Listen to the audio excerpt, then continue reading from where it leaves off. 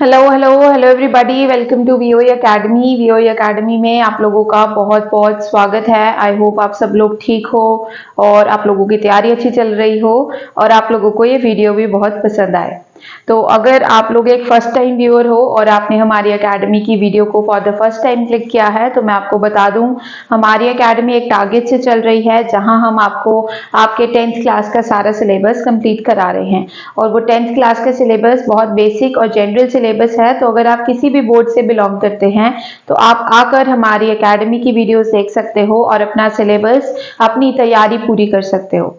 यहाँ पर आपको एकेडमी के चैनल पर हर एक टॉपिक का, हर एक सब्जेक्ट के लिए वीडियोस, वीडियो सोल्यूशन सब कुछ मिल जाएंगे।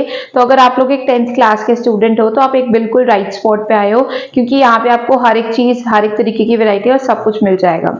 और जो भी आप लोगों को यहाँ पर हमारी एकेडमी के अंदर कंटेंट प्रोवाइड किया जा रहा है वो सब ऑथेंटिकेटेड है। इट मीन्स वो सब हमने जो गवर्नमेंट बुक्स होती हैं, जो गवर्नमेंट प्रिस्क्राइब्ड बुक्स होती हैं, उन्हीं से ही लिया है। तो आपको ऑथेंटिकेशन पर भी या ये सोचने की भी जरूरत नहीं है कि ये मैं डेफिनेशन लिख सकता हूँ या नहीं, लिख सकती हूँ या नहीं, क्या ये न्यूमेरिकल वर्दी है, क्या ऐसे न्यूमेरिकल पेपर में आ सकते हैं, क्योंकि ये सारी जो भी हमने वीडियोस बनाई है काफी रिसर्च के बाद बनाई है, आपके प्रीवियस ईयर के एग्जाम्स को एनालाइज करके बनाई है और फर्दर आपकी नीड्स को सोचते हुए बनाई है। तो अगर आप लोग एक 10th क्लास के स्टूडेंट हो तो आप बिल्कुल राइट स्पॉट पर हो। तो मेरा नाम नानी है और मैं आप लोगों की साइंस ट्यूटर हूँ और मैं आपको जो आपके साइंस में बेसिकली फिजिक्स का पोर्शन है अभी मैं वो कवर करा रही हूँ।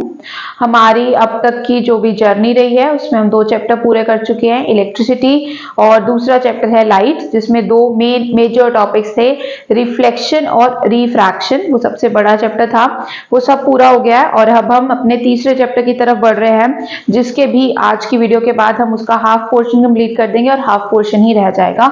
ये काफी छोटा चैप्टर है। तो हमारी एकेडमी की पेज पे आपको जितनी भी वीडियोस मिलेंगी वो सब 20-20 मिनट्स की वीडियोस होंगी। तो इस तरीके से हमने 20-20 मिनट्स के सेशन में आपके सिलेबस को डिवाइड किया है। ये सेशन छोटे रखे गए हैं ताकि आप लोगों को एग्जॉशन भी ज्यादा ना हो और आपका इंटरेस्ट भी पर वीडियो बना रहे। तो आई होप आपको वो सारी वीडियोस भी पसंद आएगी और आपको ये वीडियोस भी, क्योंकि आपने अपने रिक्वायरमेंट के अकॉर्डिंग ली होगी, तो आपको ये वीडियोस भी पसंद आएगी। तो जैसा कि आप लोगों ने थंबनेल पे देखा होगा, हम अपनी इस वीडियो के अंदर refraction through glass prism study करने वाले हैं। हमारा आज का टॉपिक क्या है? हमारा आज का टॉपिक है refraction through glass prism. Refraction through glass prism, ये हमारा आज का टॉपिक है और हम अपने टॉपिक में अपनी पूरी मेहनत लगाएंगे, अपनी पूरी जी जान लगाएंगे। अब जैसे कि हमने पिछला चैप्टर कर लिया है तो सबको रिफ्रैक्शन तो पता होगा, पर मैं एक बार आपकी रिवीजन के लिए बता देती हूँ। रिफ्रैक्शन तब होता है जब लाइट एक मीडियम से किसी दूसरे मीडियम के अंदर एंटर करती है और while entering the another medium light अपना पाथ क्या कर लेती है, चेंज कर लेती है। जैसे इसका एक फंडामेंटल रूल है रिफ्रैक्शन का कि अगर लाइट जाए रेयर मीडियम से डेंस मीडियम में तो वो बेंड होगी टूवर्ड्स नॉर्मल, और अगर लाइट जाए from dense to rare medium तो ये बेंड होगी अवे फ्रॉम नॉर्मल। ठीक है, ये होती है हमारी रिफ्रैक्शन। रिफ्रैक्शन क्या होती है? Bending of light. रिफ्रैक्शन क्या होती है? बेंडिंग ऑफ लाइट, जब लाइट एक मीडियम से दूसरे मीडियम के अंदर चली जाए। तो आई होप आप लोगों को रिफ्रैक्शन पता हो, बट फिर भी मैंने आपकी रिवीजन के लिए लिख दिया है कि रिफ्रैक्शन होता क्या है। रिफ्रैक्शन होता है लाइट का बेंड होना जब वो एक मीडियम से किसी दूसरे मीडियम के अंदर चली जाती है। और रिफ्रैक्शन मतलब रिफ्रैक्शन के बेसिकली ये 2 रूल्स हैं। उसमें जो रूल नंबर 1 है, रूल नंबर 1 क्या कहता है कि अगर लाइट जाए from rare medium to dense medium तो वो बेंड होती है टुवर्ड्स द नॉर्मल, और अगर वो जाए डेंस टू रेयर मीडियम तो वो बेंड होती है अवे फ्रॉम द नॉर्मल। अब इसका कुछ बेसिक डायग्राम भी मैं बना के दिखा देती हूँ। जैसे सपोज ये लाइन है, ये लाइन असल में क्या शो करती है? ये लाइन शो करती है इंटरफेस। ये लाइन क्या शो करती है रजे? ये लाइन शो करती है इंटरफेस। इंटरफेस का क्या मतलब होता है? इंटरफेस एक तरीके की बाउंड्री होती है। ठीक है, इंटरफेस क्या होता है? इंटरफेस एक तरीके की बाउंड्री होती है जो हम ड्रॉ करते हैं और ये बाउंड्री क्या करती है? 2 अलग अलग मीडियम्स को सेपरेट करती है। तो क्या है इंटरफेस? इंटरफेस एक बाउंड्री है जो दो अलग अलग मीडियम्स को क्या करती है? सेपरेट करती है। ऊपर यहाँ कुछ अलग मीडियम होगा, नीचे यहाँ कुछ अलग मीडियम होगा। अब जब हमने फर्स्ट रूल देखना है तो नेचुरली यहाँ पर ऊपर कौन सा मीडियम होगा? रेयर, और नीचे कौन सा होगा? डेंस। अब रेयर और डेंस मीडियम का भी क्या मतलब है? रेयर मीडियम मतलब जो कम गाढ़ा है, और डेंस मतलब जो ज्यादा गाढ़ा है। डेंसर मीडियम मतलब जो गाढ़ापन जिसमें ज्यादा है। जैसे फॉर एग्जाम्पल अगर वाटर और हनी को आप कंपेयर करो तो हनी ज्यादा गाढ़ा होता है, तो इसका मतलब अगर मैं इन दो मीडियम्स को कंपेयर करूंगी तो वाटर मेरे लिए रेयर मीडियम होगा और हनी मेरे लिए डेंस मीडियम होगा। वैसे अगर मैं एयर और वाटर को कंपेयर करूंगी तो वाटर ज्यादा गाढ़ा है, तो वाटर मेरा डेंस मीडियम होगा और एयर मेरा रेयर मीडियम होगा। तो अगर लाइट कहां से कहां जा रही है? रेयर से डेंस मीडियम में जा रही है, यानी कुछ लाइट वो इस तरीके से इंसिडेंट हो रही है। इसे हम क्या बोलेंगे? इसे हम बोलेंगे इंसिडेंट रे। अब मेरी एक बात समझो रजे, अगर लाइट इस रास्ते से जा रही है और मानो यहाँ पर मीडियम का कोई चेंज नहीं है, लाइट इस रास्ते से गई और यहाँ मीडियम का कोई चेंज नहीं आया, तो लाइट नॉर्मली इसी पाथ पर जाती रहनी चाहिए, इसी पाथ पर जाता रहना चाहिए लाइट को। वेयर एज अब यहाँ पर क्या हो गया रजे? मीडियम के अंदर चेंज आ गया। अब क्या हुआ है? अब यहाँ पर मीडियम के अंदर कुछ क्या आ गया है? चेंज आ गया है। अब जैसे ही मीडियम के अंदर चेंज आया है तो लाइट के पाथ के अंदर भी चेंज होगा, क्योंकि इसी को रिफ्रैक्शन कहते हैं। मीडियम के अंदर चेंज आया है तो लाइट के पाथ में भी चेंज होगा, जिसे रिफ्रैक्शन कहा जाता है। अब पाथ में चेंज किस तरीके से देखा जाता है? पाथ में चेंज देखने के लिए आप जो ये पॉइंट ऑफ स्ट्राइकिंग है इस पे आपको एक नॉर्मल बनानी होगी। क्या बनानी होगी आपको? यहाँ पर एक नॉर्मल। नॉर्मल क्या होता है रजे? वो लाइन जो आपके इंटरफेस के साथ क्या एंगल बनाए? 90 डिग्री का एंगल बनाए। वो लाइन जो आपके इंटरफेस के साथ कौन सा एंगल बनाए? 90 डिग्री का, उसे हम क्या बोलते हैं? नॉर्मल लाइन बोलते हैं। अब जब लाइट जा रही है रेयर से डेंस मीडियम तो लाइट बेंड होगी कहाँ? टुवर्ड्स नॉर्मल, टुवर्ड्स नॉर्मल, यानी नॉर्मल के पास आ जाएगी। यानी लाइट इस रास्ते से जाने की बजाय नॉर्मल के पास कुछ बेंड हो जाएगी और कुछ ऐसे चली जाएगी। नॉर्मल के पास बेंड हो जाएगी और कुछ इस तरीके से लाइट पास ऑन हो जाएगी। ये है आपका फर्स्ट रूल। उसी तरीके से हम अपने सेकेंड रूल के लिए भी एक डायग्राम बना सकते हैं। मैं रिकमेंड करूंगी जिन लोगों ने पहले ये टॉपिक स्टडी किया है वो काइंडली वीडियो को पॉज करें और जो दूसरा डायग्राम है उसे खुद बनाने की कोशिश करें। वेयर एज जिन लोगों ने नहीं किया है उन लोगों के लिए मैं डायग्राम बना रही हूं। तो चलिए, अब हमने ऊपर वाला मीडियम कौन सा लेना है? ऊपर वाला मीडियम हमारा डेंसर होगा और नीचे वाला मीडियम कैसा होगा? रेयर मीडियम होगा। अब यहां पर हम दोबारा क्या बनाएंगे? हमारी इंसिडेंट रे। अब अगर इंटरफेस ना होता तो लाइट कहां चली जाती? कुछ इस तरीके से। अब इंटरफेस है तो यानी लाइट कैसे जाएगी? इस रास्ते से नहीं जाएगी। वो कैसे जाएगी? वो देखने के लिए हमें क्या बनानी पड़ेगी? एक नॉर्मल। अब रूल क्या कहता है? अगर लाइट जाए डेंस मीडियम से रेयर मीडियम तो वो नॉर्मल से दूर जाती है, यानी नॉर्मल से। अब जाना तो लाइट को इस रास्ते था, उसने नॉर्मल से दूर जाना है, मतलब वो कहां चली जाएगी? थोड़ा इस तरीके से चली जाएगी। ठीक है, तो ये रहे दो बेसिक रूल है आपके रिफ्रैक्शन को करने के लिए। अब ये रूल पढ़ाने का मेरा मेन मकसद क्या था? इनका मेन मकसद मेरा ये है क्योंकि प्रिज्म में क्या है? अब रिफ्रैक्शन, प्रिज्म का भी मैं डायग्राम बनाऊंगी तो प्रिज्म के अंदर आपको दोनों तरीके की रिफ्रैक्शन देखने को मिलेगी, रेयर से डेंस भी और डेंस से रेयर भी। तो आपको पता होना चाहिए कि जो बेंडिंग होगी वो किस तरीके से हो रही है। इसके कारण मैंने यहाँ पर आपको इस तरीके का डायग्राम बनाकर दिखाया है। अब तो आप लोग वीडियो को पॉज कर सकते हो, इन सब चीजों को नोट कर सकते हो। अब हम ये सब चीजें रब करते हैं और बढ़ते हैं अपने प्रिज्म वाले टॉपिक की तरफ। ठीक है, प्रिज्म वाले टॉपिक की तरफ बढ़ते हैं। तो आप लोग जो जिनको नोट करना है, जिनको रिफ्रैक्शन नहीं पता था, वो इसे नोट करके रखें। ठीक है, यही था रिफ्रैक्शन का टॉपिक। और अब आगे बढ़ते हैं अपनी अगली टॉपिक की तरफ या हमारे मेन टॉपिक की तरफ। अब हमने रिफ्रैक्शन थ्रू किसके थ्रू स्टडी करना है? रिफ्रैक्शन हमने रिफ्रैक्शन स्टडी करना है थ्रू रजे ग्लास प्रिज्म। अब प्रिज्म कैसा होता है? प्रिज्म रजे इस तरीके का ट्रायंगुलर शेप का होता है। प्रिज्म इस तरीके का ट्रायंगुलर शेप का होता है। ठीक है, आपने प्रिज्म जनरली देखा भी होगा, 3 ट्रायंगुलर शेप होते हैं और नीचे एक सरफेस लगा होता है। तो आपको ये प्रिज्म स्टडी करने के लिए उसे इस तरीके से बोर्ड पर रखना है सच दैट कि उसका जो ट्रायंगल वाला हिस्सा है वो नीचे की तरफ आए। ठीक है, हमने प्रिज्म को इस तरीके से प्लेस करना है कि उसका ट्रायंगुलर पोर्शन नीचे की तरफ आए। तो अगर इसे हम क्या बोलेंगे, हमारा ग्लास प्रिज्म। इसको आप लेबल भी कर सकते हो, इसके तीनों एंड्स को, ये ए, बी और सी, ये हमारा ग्लास प्रिज्म। ग्लास प्रिज्म मतलब ये ग्लास से बना हुआ है।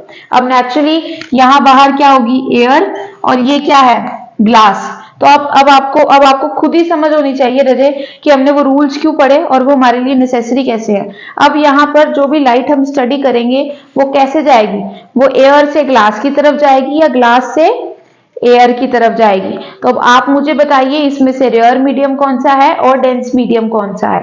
तो नेचुरली आप सबको पता होगा जो एयर है हमारी वो होगी हमारी रेयरर मीडियम, और जो हमारा ग्लास होगा वो होगा हमारे लिए हमारा डेंसर मीडियम।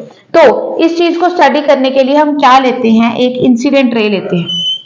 ये हम क्या लेते हैं, इंसिडेंट रे लेते हैं। रजे आप पॉइंट बाय पॉइंट समझते रहना किस रे को क्या बोलते हैं, और ताकि आपको हर एक चीज अच्छे से समझ में आ जाए। इस रे को हमने क्या बोलना है, इस रे को हमने बोलना है इंसिडेंट रे, क्योंकि ये सबसे पहली रे है जो ग्लास प्रिज्म के ऊपर जाकर टकराई है। ये सबसे पहली रे है जो ग्लास प्रिज्म के ऊपर टकराई है, और इस रे को क्या बोला जाता है, इस रे को बोला जाता है इंसिडेंट रे।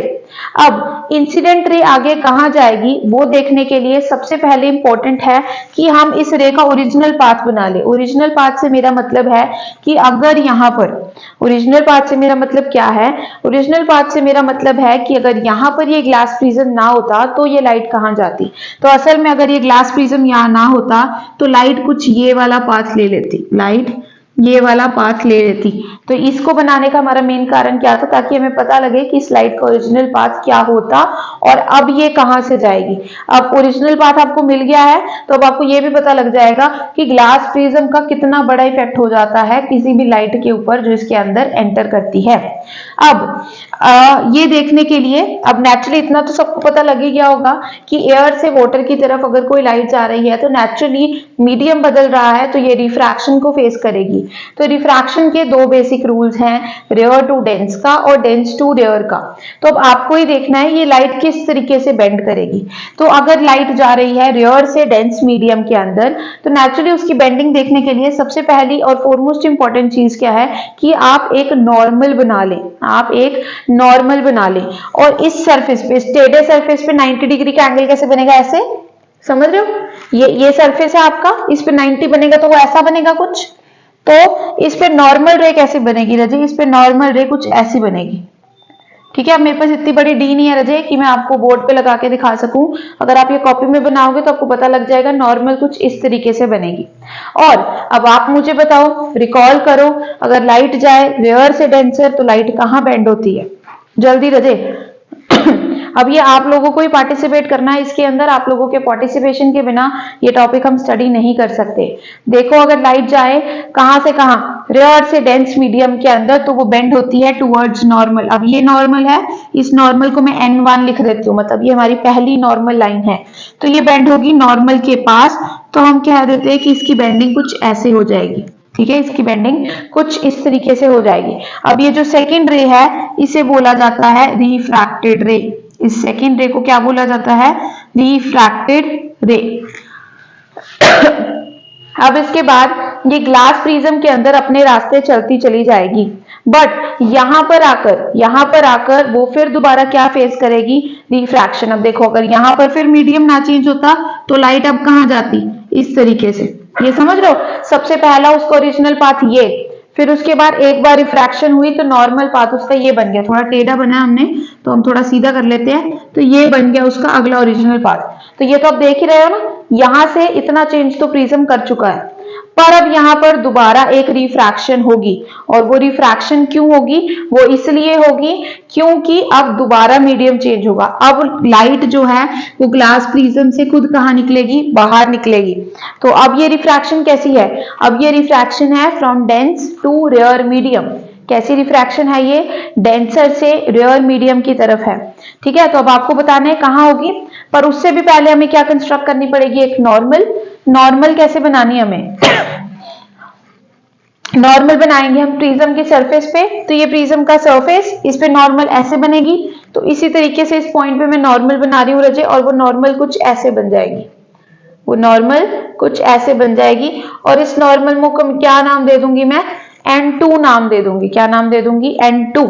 अब लाइट जब डेंस से रेयर में जाती है तो वो बेंड होती है away from the normal, yes away from the normal. तो ये अब लाइट नॉर्मल के पास नहीं जाएगी, नॉर्मल से दूर जाएगी और इस तरीके से बाहर निकल जाएगी, इस तरीके से बाहर निकल जाएगी। और इस रे को क्या बोलते हैं, इमर्जेंट रे। इस रे को क्या बोलते हैं, इमर्जेंट रे।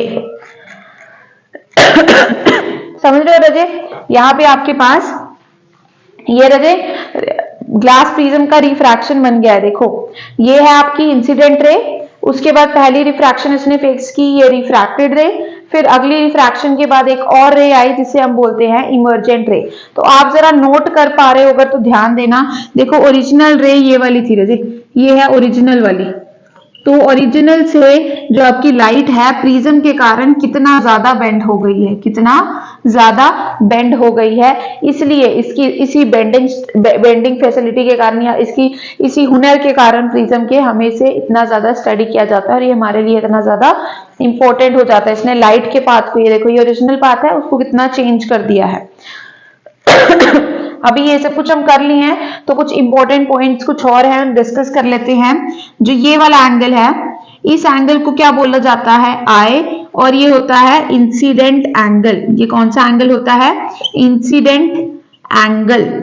और फिर जो बाहर वाली रे है, जो लास्ट पे बाहर आपको फिर दोबारा नजर आई, ये जो नॉर्मल के साथ एंगल बनाती है, यानी ये वाला एंगल। ठीक है, अब ये वाली लाइन इंपॉर्टेंट नहीं है तो मैं इसे इरेज कर रही हूँ। ठीक है, ये तो एक इसका ओरिजिनल पाथ बनाया था ना, तो ये इंपॉर्टेंट नहीं है तो इसको मैं इरेज कर रही हूँ। ठीक है, फर्दर ये नॉर्मल्स भी थोड़ी थोड़ी मैं कम कर रही हूँ। ठीक है, ये नॉर्मल हम थोड़ी छोटी कर देते हैं। ठीक है, ताकि आपको सब चीजें अलग अलग नजर आए। तो ये अब इमर्जेंट जो रे है वो नॉर्मल के साथ कितना एंगल बना रही है, उसे ई बोला जाता है और इसे इमर्जेंट एंगल बोलते हैं। क्या बोलते हैं, इमर्जेंट एंगल बोलते हैं। अब आपके पास दो इंपॉर्टेंट एंगल्स हैं, एक आई जो है इंसिडेंट, फिर लास्ट पर जो रे निकलती है वो बनाती है इमर्जेंट एंगल। वैसे ही यहाँ पर लाइट भी दो एंगल्स बना रही है, एक ये वाला एंगल और एक ये वाला एंगल। ठीक है, डबल उससे सिंबल से मैं शो कर रही हूँ। इसको जनरली डिनोट किया जाता है R1 से और इसको डिनोट किया जाता है R2 से। इन्हें भी रिफ्रैक्टेड एंगल बोल दिया जाता है, पहला रिफ्रैक्टेड एंगल और दूसरा रिफ्रैक्टेड एंगल। ठीक है रजे, अब ये टर्मिनोलॉजी बहुत ज्यादा इंपॉर्टेंट है क्योंकि टर्मिनोलॉजी के बेसिस पे क्वेश्चन आएगा, कोई टर्मिनोलॉजी ही देगा और उसी से बेसिस पे आपसे कोई ना कोई क्वेश्चन पूछ लिया जाएगा। अब जो ये वाला एंगल होता है रजे, जो ये वाला एंगल है ना, ये प्रिज्म का ये वाला एंगल, इसको मैं कलर कर देती हूँ। जो ये वाला एंगल है इसे एंगल ऑफ प्रिज्म बोला जाता है। क्या बोला जाता है, इसे एंगल ऑफ प्रिज्म बोला जाता है। ठीक है, इसे क्या बोला जाता है, एंगल ऑफ प्रिज्म। अब रजे एक और इंपॉर्टेंट चीज है, मान लो ये वाली जो रे है ये कौन सी है, अभी आपकी असली रे है ना, जो प्रिज्म के अंदर जो भी घपला हुआ है ना, जो भी हम बोल देते हैं, जो भी रिफ्रैक्शन हुई है, जो भी कुछ अंदर मान लो कुछ हो गया इसके अंदर है ना, उसके बाद आपने तो ये लाइट अंदर छोड़ी, आपको बाहर ये वाली लाइट मिली। ठीक है, अंदर की चीज तो ये तो हमने डायग्राम में बना दी, असल में थोड़ा ना दिखती है कि यहाँ से यहाँ गई फिर यहाँ गई, अंदर का पाथ नहीं आपको नजर आता। तो आपने तो ये लाइट डाली, ये आपको बाहर नजर आई। ठीक है, तो अब रजे अगर आप इस लाइट को पीछे की तरफ ट्रैक करो, इस लाइट को अगर आप पीछे की तरफ ट्रैक करो तो आप ये देख पा रहे हो, ये तो ओरिजिनल वाली रे है और ये इमर्जेंट वाली, मतलब ये जो आपने अंदर इनपुट की और ये आपकी आउटपुट आई। तो इनके बीच में रजे यहां पर एक एंगल बन रहा है, इनके बीच में यहां पर एक एंगल बन रहा है। इसे इस तरीके का सिंबल डेल्टा से शो किया जाता है, इस तरीके का सिंबल डेल्टा से इसे शो किया जाता है और इस डेल्टा को क्या बोला जाता है, इसे बोला जाता है एंगल ऑफ डेविएशन। इसे क्या बोला जाता है, एंगल ऑफ डेविएशन। अब डेविएशन का मतलब अल्फाबेटिक मीनिंग तो सबको पता होगा ना, डेविएशन का मतलब होता है अपने रास्ते से हिल जाना। तो एंगल ऑफ डेविएशन मतलब ये बताती है कि ओरिजिनल रे अपनी एंगल से कितना ज्यादा डेविएट हो गई है, उसे बोला जाता है एंगल ऑफ डेविएशन। और ये वाला जो ये प्रिज्म का एंगल है इसे बोला जाता है